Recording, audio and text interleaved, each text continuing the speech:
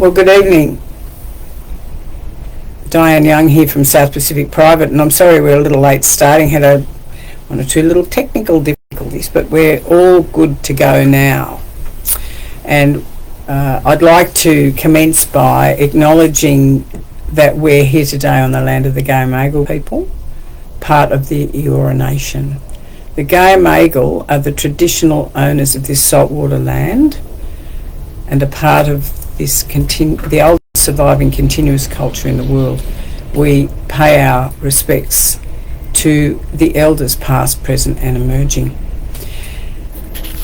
Tonight we're talking our third session on childhood trauma, and the first two we covered. The first one we were talking about, what does abuse look like, neglect, abandonment, abuse.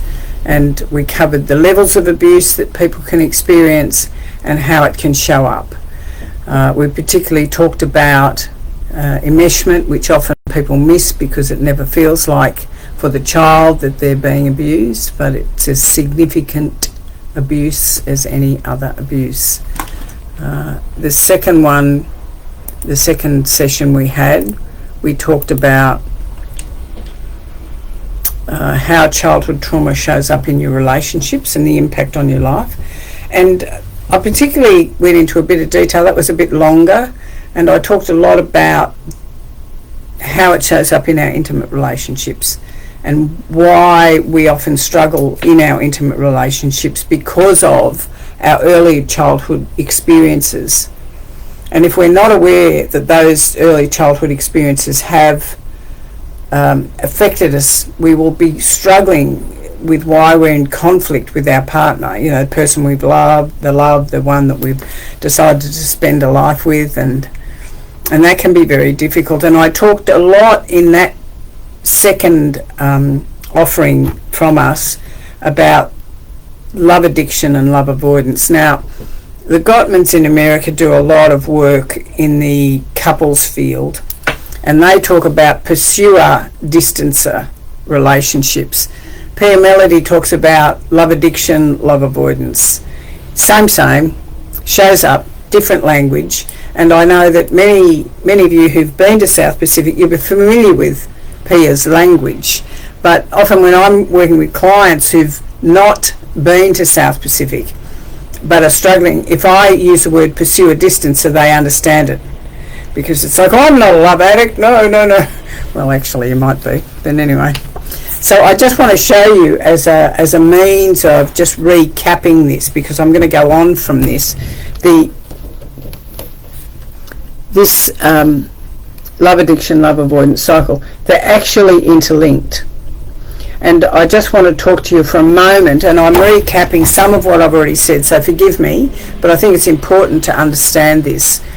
So when we're talking about love addiction, that is the pursuer. We're talking about the person that comes in, their greatest fear is of abandonment with an underlying fear of intimacy. And they come into the relationships with a view that they're worthless in relationship to their partner. They need to be taken care of as they can't survive alone. And they think if they don't get close enough relationally, they'll die. And in fact, I was working with a woman today who's actually right in the midst of a relationship breakup, and she's in the emotional withdrawal from the fantasy of the relationship she's in. So love addicts or pursuers go into a relationship in a haze of fantasy. They respond to the avoidance seductiveness, and they enter in that fantasy. In other words, they're making up a story about who they're getting involved with. They deny that the partner's got any walls at all, or they're keeping them locked out, and they deny that the partner has a life outside of the relationship. Inevitably, there will be an experience that shatters the love addict's view of the love avoidant, and that is when they see in reality who they're in relationship with, and it is then that they'll go into the emotional withdrawal. Now, love addicts or pursuers as a general rule, do not go into any sort of recovery or therapy, or will not put their hand up for help until they're in that emotional withdrawal. It can often be a small window too. So they go into emotional withdrawal from the fantasy of who they've been in relationship with. They see them in reality, and they are in enormous pain, usually a lot of anger, fear, shame, rage, and panicky. The next move for them is that they'll then start obsessing and medicating. They'll obsess about the relationship. If they use any sort of substance, or, this lady said to me today, well, I'm shopping. That was her thing. She doesn't use substances, but she was shopping. That was her thing. And then coming out of that, they'll return to the fantasy, or they'll move on to another relationship. It's as painful as anything I've ever seen, aside from betrayal trauma. And it actually comes out of the fact that those people as children were abandoned. Now, in the second session that we had last month, I talked about whether you're from enmeshment or whether you're from abandonment or neglect, depending on which one you're from. If you're from enmeshment, you're probably more likely to lean towards love avoidance, and if you're from abandonment and neglect, you're more likely to lean towards a love addict. It makes no difference your sexual preference.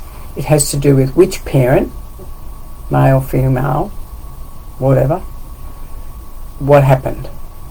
Now, when we're talking about love avoidance, their greatest fear, they think, is of intimacy, but the underlying fear is of abandonment.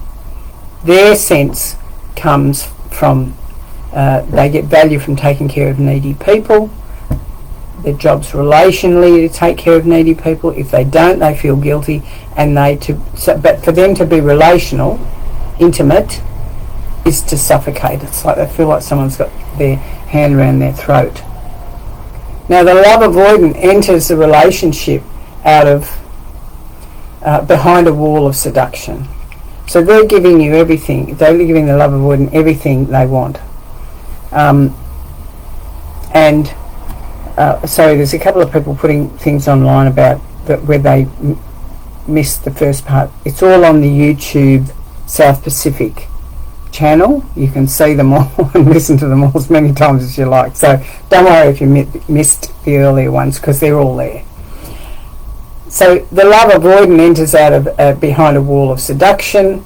They're very good at taking care of other people. And when they enter behind a wall of seduction, even though to the love addict it looks like they're absolutely present, they're actually not being intimate with you, because what they're doing is they're showing you this face, but the real part of them is here. After a while, they become overwhelmed by the love addict's neediness, and their wall of seduction moves to a wall of resentment. In some way, they then create intensity outside the relationship, and it might be something that looks like it's healthy, like a big work project. I'm going to run a half marathon. I've got to go to Queensland and look after mum, or whatever it is. And it'll all be justifiable. Some people will have an affair. Some people will, get into that stuff. But oftentimes it looks justifiable. The addict knows they've moved, and they'll come after them in some way, emotionally. When the avoidant doesn't show up, though, for them emotionally, the addict will move away, and it's then that the avoidant will come back. We call it a love addiction, love avoidant dance. Now, I talked about it in a lot of detail in the second offering that we put it up last month. But I want to take a step back and say, when we're from an enmeshed, abandoned or neglected family system, we actually play roles in our family. Now, we all do this. It has to do often with the birth order, and it also has to do with how we're parented. And I want to take a minute or two just to talk about those, because it actually gives you a very clear idea about which one you're likely to be in. I can't tell you the amount of clients who say to me, well, I do both. I'm in it and I'm not, and I'm in it and I'm not. if you're in love avoidance, which is predominantly what I find, it looks like you play both sides, but you don't. Because that sense of going into a relationship behind the wall of seduction looks like you're very present, but you're actually not, because you move out quickly as soon as you feel like it's too much for you. So let's talk about the firstborn. Now, the firstborn is usually the hero, and they come from a primary parenting wound of being enmeshed. And I talked a lot about enmeshment. This is where I am, as a child, brought up to be older than my years. I spent a lot of time emotionally looking after my mum, let's say, my mum, or my dad. Let's say mum, just to keep it easier. So I spent a lot of time looking after her. She's calm, if she's able to be, you know, if I'm a good girl, if I take care of the other kids in the house, you know, if I'm home on time, whatever it is, then mum will be calm and my life will be okay. But what I do in that, because I don't know that I'm doing that, it's like that's an expectation that mum has of me. She doesn't know she's doing it either. But what happens to me as a child is I lose myself. I have my reality denied. It's not age appropriate for me. I'm being told things that are not age appropriate. It'll often be about, you know, finances or how dad's behaving or how she feels about the rest of the family or something. But it'll be not age appropriate. And often I, as the enmeshed child, will be referred to as the favourite, the golden child, or the special one. And if you're in a family system where you've had that experience, it'll make total sense to you. The other kids are just doing whatever they do, but I'm the one that's actually being raised as someone who's older than my years. I gave an example last time of a client who had a violent alcoholic father, mother who couldn't protect herself or the kids, and he as a young boy, well, under the age of 10, would step in and he would take the beatings from the father to stop the mother getting beat. Now, the mother needed to get help. The mother needed to protect the child. That wasn't happening. And this man's well into the second part of his life and he's only just become aware of that. Only just become aware that he was not protected as a child. So he was the hero. He was falsely empowered. That's what happens. They're brought up to be older than their years. And what happens in terms of self-esteem, and this model, you know, this sort of mirrors the model we work with at South Pacific, the model of developmental immaturity, the P Melody model. So in terms of self-esteem, the hero feels better than others. They get value from taking care of other people. In terms of boundaries, and you know what boundaries are, we have internal boundaries and we have external boundaries. They're walled in and vulnerable. So I'm not coming out and you're not getting in. The reality is they're good, perfect, they look fabulous on the outside all the time. They're usually well behaved and pretty high achievers. The dependency is they're anti-dependence, that is they've got no needs, no wants. Don't even know what they are. The moderation is that they're out of control with being in control of others. And that means they're actually on high alert all the time and they're watching, controlling the outcome around them. Their behaviour is they're unavailable emotionally. They don't know this, by the way. They don't actually own their anger and they say they're angry. They go into passive aggressiveness. They appear to be all powerful. They absolutely are in love avoidance, and they're prone to caretaking and seeking intensity. So they do both. They caretake you and they have to have intensity. So they're often people like very good sports people, very good achievers, taking risks with their finances and business and stuff like that. As I said earlier, their primary parenting wounds enmeshment. So the parent is boundaryless with the child, and the child carries the emotions for the parent other than shame. It's very interesting that it's other than shame. They carry everything else. And they don't carry shame because they sit in a place of being better than. Now they're going to lead to love avoidance. in their intimate relationships as they grow up, that's exactly how they're going to play out. Everything about intimacy for them is like foot on the throat sort of thing.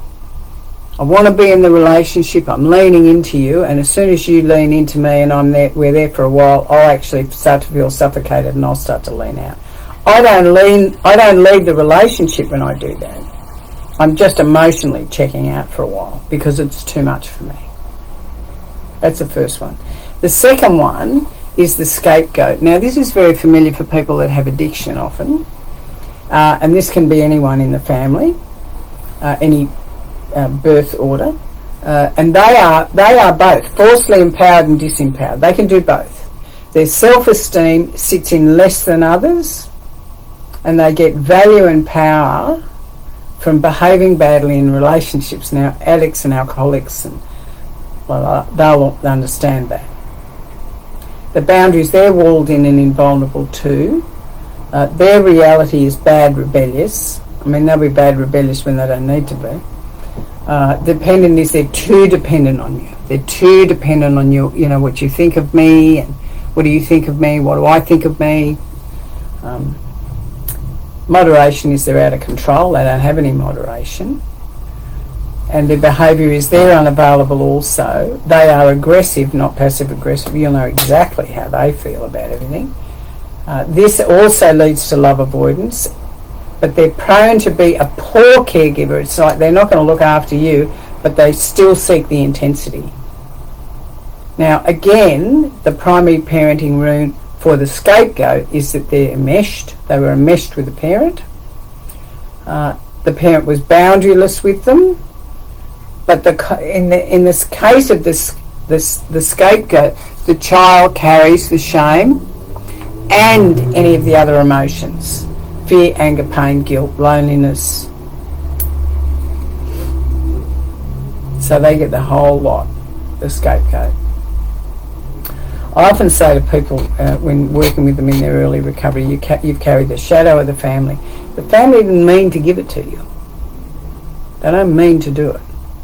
But you carry all of the shame and all of the pain, anger, fear, everything of the family. And that's why it's critical when people are going into recovery from addiction to be in their 12-step recovery program in an abstinence, and then when they're ready, not necessarily straight away, some can manage it but not everyone can, and also then to do therapy. So you've got two diseases, if you will. Disease of childhood trauma, abandonment, neglect, abuse, and the disease of addiction. Two diseases, two recoveries, both possible. But you have to go gently, not try and do everything at once. Just get into recovery first. And the third one I want to talk about is the lost child. Now, this is the disempowered child. Disempowered child self-esteem's less than others. They get value for being good and perfect. They alternate between no boundaries and walls, so they've got walls and none. The reality is they sit in good, perfect. They are needless and wantless. You would get nothing. They won't ask you for anything. Moderation is they're out of control with being manipulative of others. Now, they hate that when I say that, but it's true. Because the lost child is so disempowered, they're constantly manoeuvring to try and get something, to get what they want. Behaviour is they're yielding and enabling. They're passive-aggressive. They appear powerless. They're not, but they appear it. This is the one that leads to love addiction. And they are subject to experiencing anxiety and depression. The primary parenting word in this instance for the lost child is abandonment. The parent walls out the child, and the child carries shame. So the hero carries everything but shame. The lost child carries the shame, and the scapegoat in the middle carries everything. Now, I've talked about carried shame and things in the past, but I want I'm sorry, I'm going to come back to you, Carol. Sorry, I can't answer questions and do the lecture at the same time. I think that there's often a misunderstanding that what happens to us in our childhood, I think people think they can just work through it without actually doing therapy or getting really clear about it. And I think sometimes if there's no awareness around what we bring to our relationships and how we then play out our history in the relationship, all that will happen is we'll just blame our other partner, whoever that is. So what I'm trying to say to you here is that when we're parented in a certain way, in whatever way we're parented, win, lose or draw, we get a common belief. And the common belief will be something like, I'm unimportant, I'm unacceptable, I'm unsafe, I don't matter, I'm insignificant, I'm powerless. There's a whole list of them. And when working with the clients at South Pacific, and I'll often say to them, which one is it? And they look at the list and go, well, I can say yes to all of that. Well, of course you can. I mean, we can often do that when we're unwell. But if we can just sit with the list for a moment, you'll find there will be one that will touch us more deeply, and that's the one that we've been given as children. We then often, for example, mine was I don't matter. So what would happen is we then defend against it because it's painful to feel it.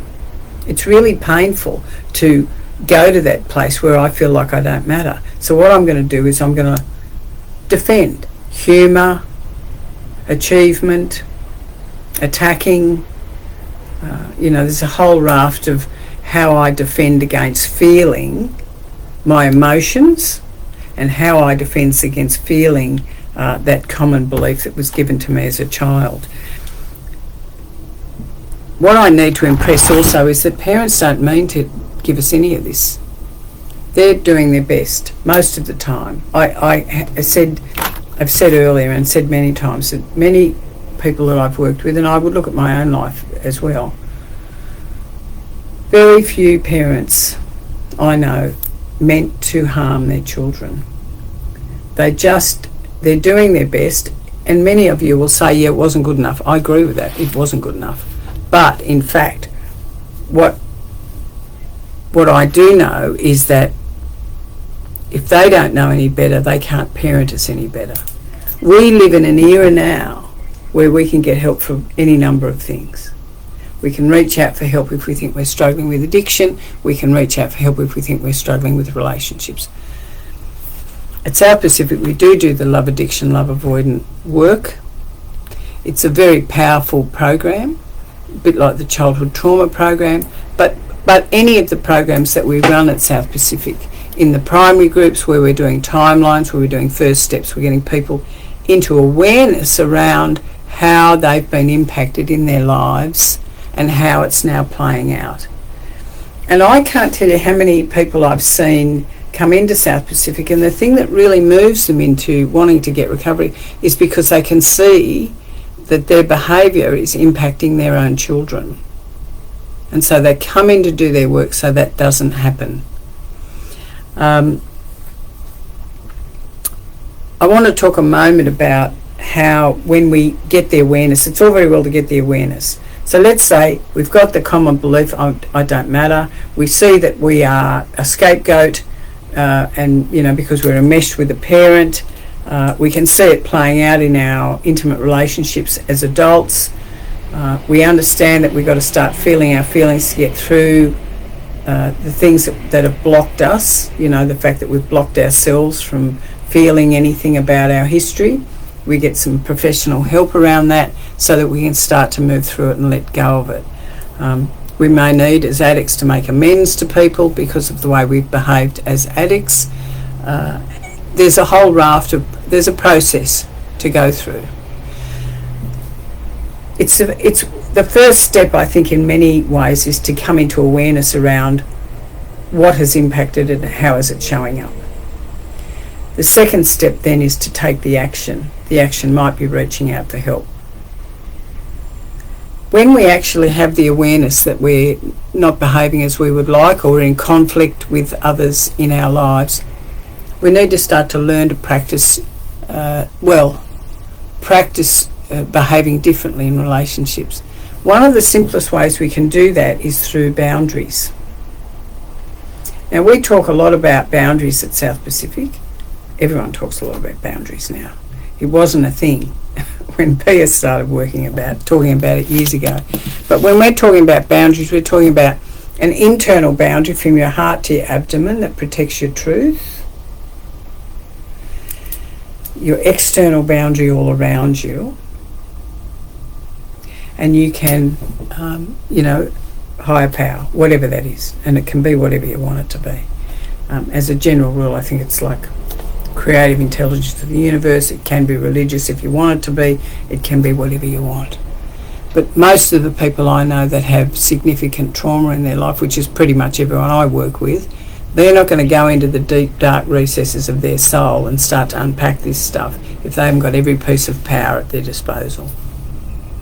So, internal boundary, external boundary, and also learning how to start to communicate with the people that we've been in conflict with. Because if we've been in the space of blame, they've stopped listening. All they hear is white noise. So there is a point at which, and I know it through 12-step programs, when we're working through our 12-step program, we start to take responsibility for our own behaviour. Yes, we can look to the past and say that it comes out of there, but we don't blame that either. What we now do is, okay, this is the legacy, this is what I've got, now what do I do about that? Starting to work with boundaries to build healthy self-esteem is to start to work and do esteemable acts. I had a client in today and she functionally ended a relationship and she was doing very well. And she was very proud of herself. She said to me, I think it's an esteemable act. I said, I think you're right. And she said, it feels great to do something, to speak up for myself, to not lose my temper, to not do it, just to say and then step away. Now, this is powerful work. Up until this point in her life, she's been unable to do that. And this is the work of having worked on it. She hasn't been working up for that long, So I believe that healing is possible. I believe it's got to be consistent. We have to be regular about it. We need to be honest about what's going on in our life, and we need to have good support and good, professional help, and also good running mates, good friends in our life. Because I don't think we go into this alone. I don't think going into it alone is healthy. And most of us, let's face it, have spent a lot of time keeping the secret. There's a very big difference between privacy and secrecy. Secrecy will kill you. Privacy will protect you. You have to keep aware of that. So, I think I've pretty much covered everything I was going to cover. That I probably could keep going. I won't. You can breathe a sigh of relief. I just want to have a quick look at the comments, if that's all right with you. Let's have a look. Okay, great. Okay, we're on. Fabulous. Thank you, Peter. Good to see you. Nicholas, when's the next one? Missed this one. Okay, so it'll be on abandonment and what? I missed the first part. Esther, talking about abandonment, neglect, and abuse. That's the trilogy. And then the second one, it's been 3 parts to this. They're all on the YouTube channel for South Pacific Private. You can log on any time and have a look at them. I think they're worth it. And it's often helpful. A lot of clients, so they go back and have a bit of a listen from time to time. Thank you, Esther. Nicole, I've done a lot of healing. Continue to learn more about enmeshment. Good on you. It all makes sense now. I only stopped this cycle with my mum a few years ago. I'm 45. Thank God, Nicole. 45's fabulous. I know people that are in their late 60s who are still trying to do it. So all power to you. Carolyn, why are you calling childhood trauma a disease? I'm talking about the developmental outcome of childhood trauma, I'm sorry. Pia Melody's model is called the model of developmental immaturity. She talks about codependency being a disease, so sorry, I shouldn't have put it in that term. So she talks about codependency, the remnants of childhood trauma showing up in our life as codependency as a result of abuse, neglect and trauma, abandonment. So isn't that another label? Yes, I guess it is another label, and I'm sorry, but I suppose we start to work in the profession, we start to grab them. So the 12-step program, kindly send the 12-step program. The 12-step program for childhood trauma, well, it would be adult children of alcoholics and dysfunctional families would be one. Al-Anon's another. Of course, any substance abuse, it's like Alcoholics Anonymous, Narcotics Anonymous, Gamblers Anonymous, Sex and Love Addicts Anonymous, or Sex Addicts Anonymous. There's a raft of them. And they all started, of course, as a result of Alcoholics Anonymous. They all work with the same 12 steps, but they have a different take on them depending on which way you're coming from them. I do think 12-step programs are very good. They're available all the time. That we now have Zoom, thanks to COVID. And people can log on at any time to access them.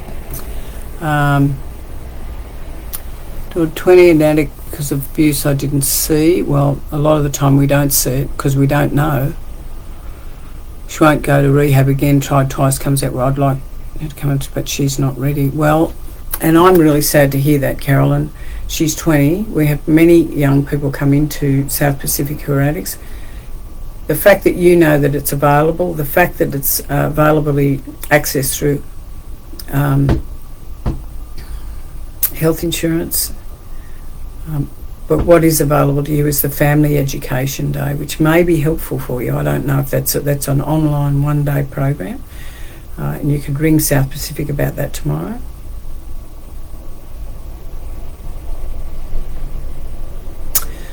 When the parent's unwell and enjoys harming the children, and it does the program cover this plus incest? Well, we cover a lot of things, and I guess when we're starting to get into the world of that level of unwellness, South Pacific works very well with addiction, with trauma, PTSD, complex PTSD, and mood disorders. When it starts to get into the more pathological, I suppose, or deeply psychological problems, I don't know that we're set up for that, but we certainly are able to help anyone who's on the receiving end of the behaviour of the person who is harming the children. Thank you, Scott. Great to hear. Lovely. And good to see you. There are many, many programs we're running. I mean, we've got the intake 3-week program. We then have transitions 10 days after intake. We have Family Education Day, 1-day program for families who are struggling, particularly with addicts. We have Family Program, which is available once people have completed their 3-week program. And we have a raft of day programs. Women's relational recovery, men's relational recovery, and various other programs that are run. Mood disorders, I mean, they're all very, very helpful. And the people that work at South Pacific, I've got to tell you, they're trained very well. I do some of the training, if I can put my hand up to tell you that.